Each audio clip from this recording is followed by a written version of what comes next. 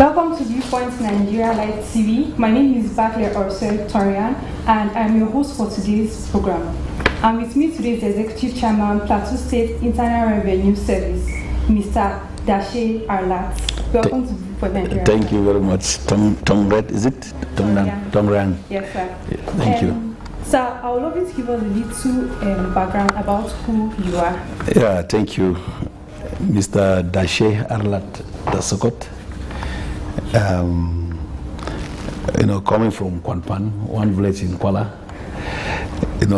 a farmer from one village also, Hanchinkare, and moving around the southern zone as a farmer and, also an academician, schooling in Ahmadu Bello University's area. So started primary at home, but just in summary, I think I concluded backing a degree at Ahmadu Bello University's area. And coming home after service, started, lecturing at Plateau State Polytechnic 1 year. Then looking at the state of things that time, there was an advertisement to work in internal revenue service, and we opted for that. Find myself here in 2001,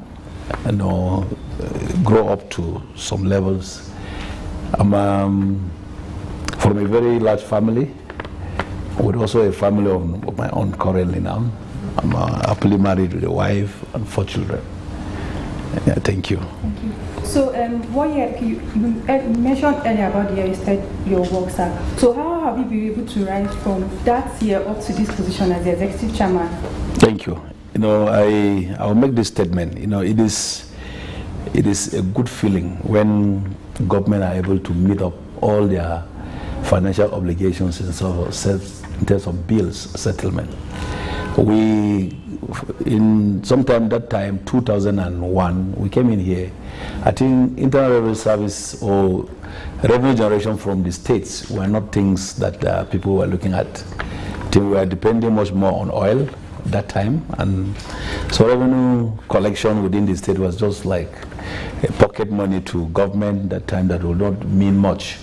The money was just, the income from that was just used for some small things. So there was not significant collection at all, from the, from that time.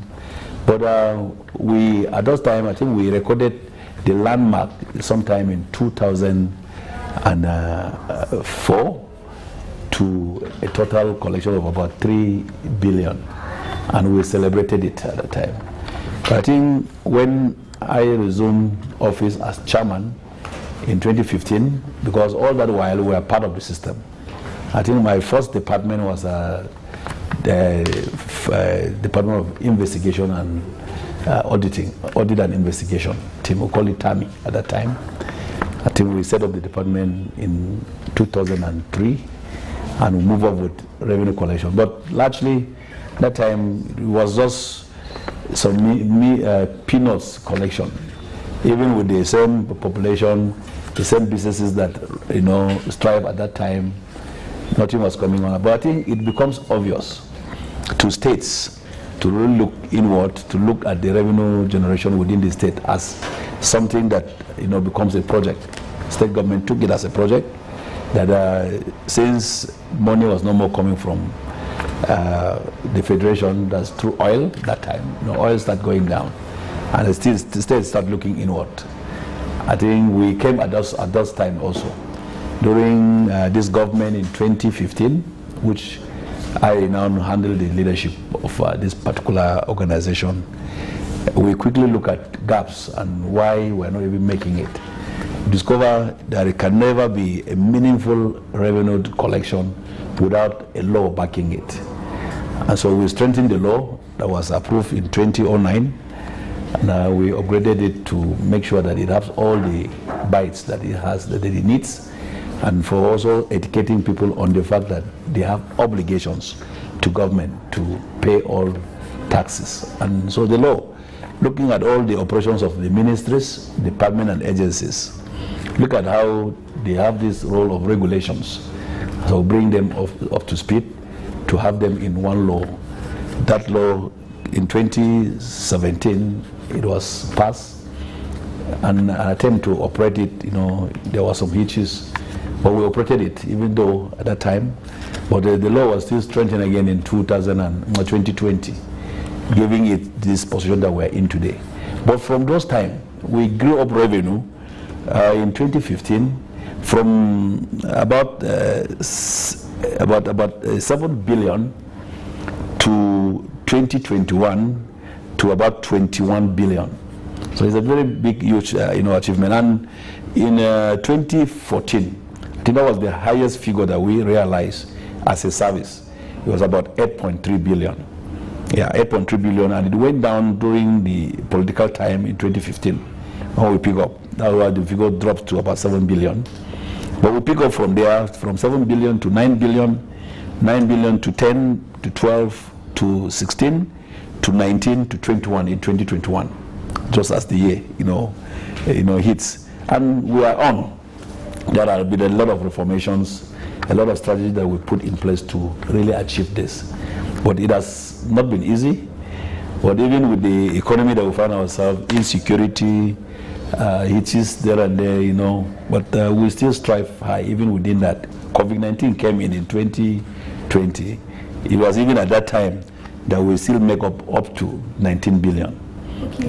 And So you spoke about how the revenue has been going up and down. Yeah. And then we want to know what has been the major challenge. They are not really up and down. We have been on a rocket flight, I call it, from 7 billion to 21 billion is on the move. Okay, so what has been the challenge? Thank you. Now, we were not saying that we are yet there, even with those figures, but we celebrated it because of the growth that is there. The challenges that we have within the revenue environment generally, I think, is that of culture. People shifted from this payment of taxes because we are riding on oil. Nobody even knows how roads are constructed. Nobody knows most of the infrastructures that we have around are being carried out by government.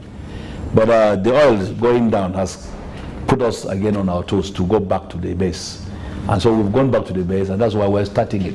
So we're rebuilding the culture around taxation, creating awareness, educating taxpayers, the public generally, that it's needful for us as government or as people to pool our resources together for the development of the community that we live in.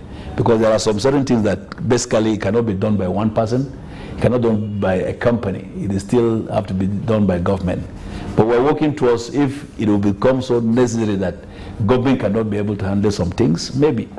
Some of those things, as you know about privatization, government has privatized most of the amenities that were run by government itself, and we have seen the effect, the good side of it, like telecommunication.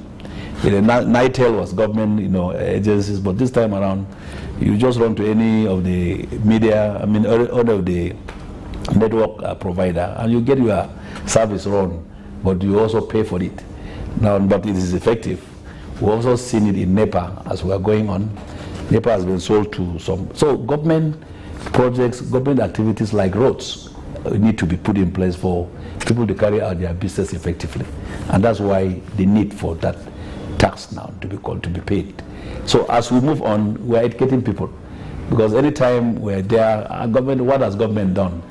Security is very paramount. Without security, you can't even strive in any business that you are running. So some of those things are challenged, but as we educate people, I think they are beginning to understand that there is need for them to really pull the resources together and pay government so that government can be able to plow it back. We are educating people on that seriously. The structure of the service itself and the process of how revenue were collected.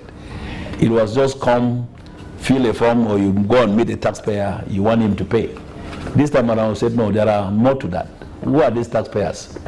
We need to identify them. We need to capture them with the technology that we have.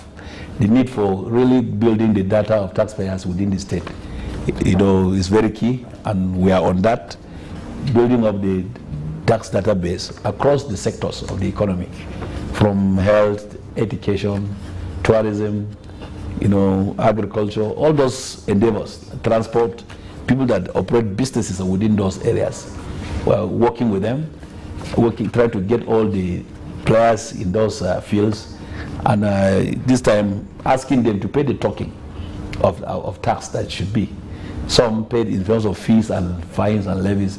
Some also paid in terms of their income tax, like that. So we are building that, but it's still a challenge, because if you are meeting people to do that, you know, they'll be always resistant.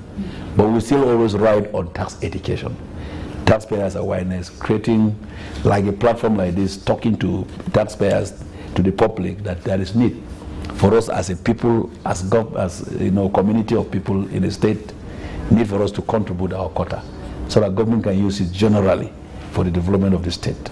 That has we've been moving on. Okay, so what would you say has been the major remarkable impact you have made as the executive chairman? Thank you very much. I think we've changed the fortune of this organization and generally government of Plateau State.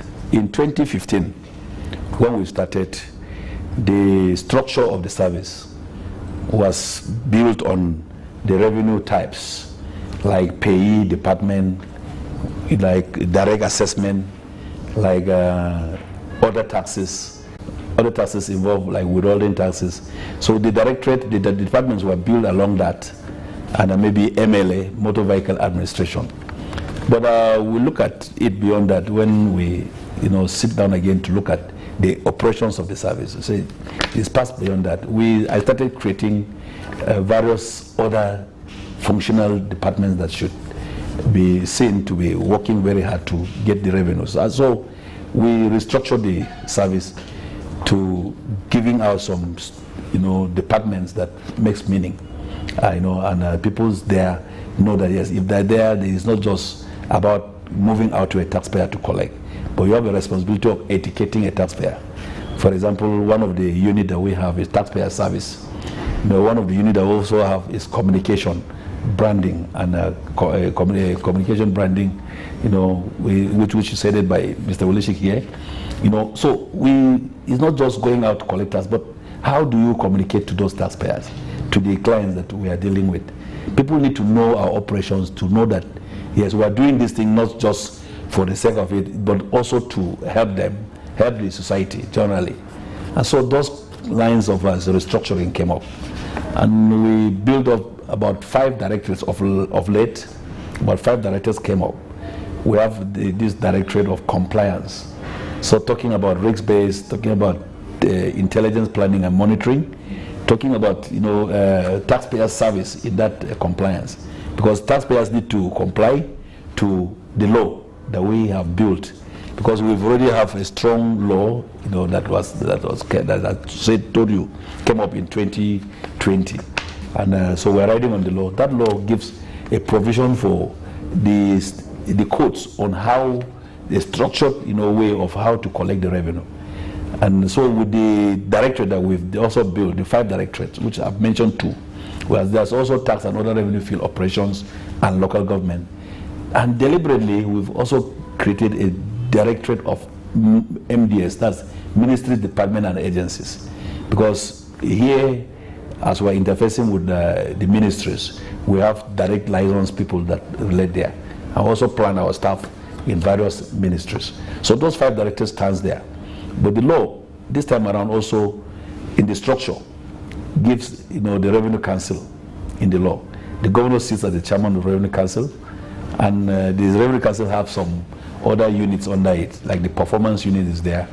The one that the public will always want to hear is the whistleblowing. If the staffs of the service are doing some things that are not right, people should cry out through that whistleblowing, you know, subcommittee of government. And there is also this harmonization subcommittee of the Revenue Council that also looks at this double taxation when a ministry is going out to collect a tax, and another ministry is coming to the same taxpayer. We try to avoid that so that the taxpayer will be free, and that's why the law this time around gives the service the overall power to make sure it coordinates all the activities of the ministries, department and agencies and local government in terms of revenue drive. And we pool all these resources into one single revenue collection account called TSA, and moves on. So the structure is how you know, it has put us this time around in a very, very good footing to collect these revenues. So we build up the structures. Now the processes were also re-engineered. How do we collect? Do you just come in and you say you want to go out to collect? No. The processes are well defined. If you come in, we must, for you to pay anything to Plateau State government, we must know you and even congratulate you with a number, TIN have to be given to you to be able to pay anything, a bill to Plateau State government in terms of revenue. So we identify our taxpayers through that, through the process is well defined, and we put people through registration first.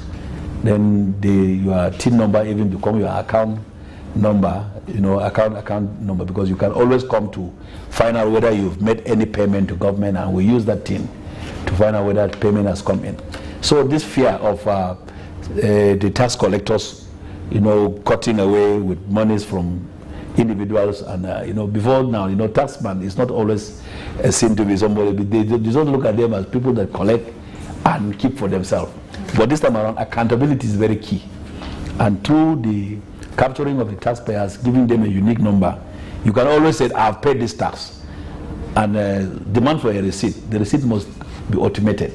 All those details come in the processes.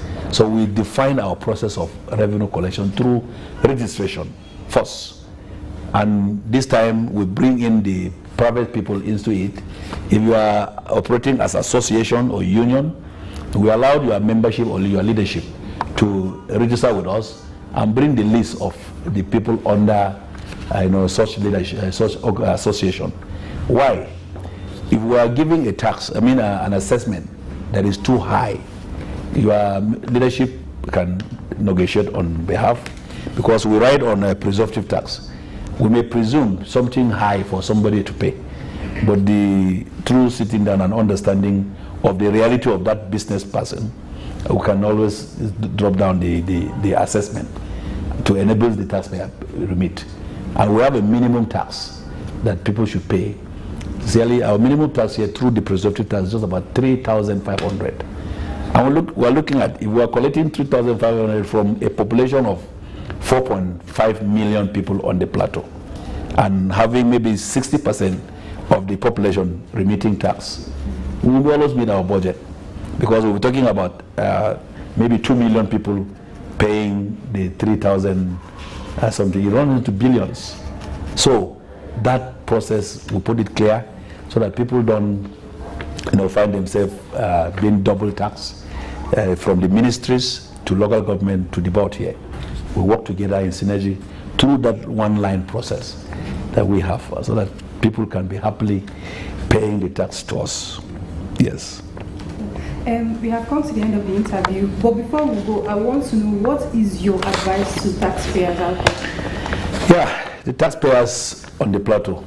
Sincerely, I'm always talking that we have a very friendly tax collectors, and why is because of also the fragile nature of Plateau State.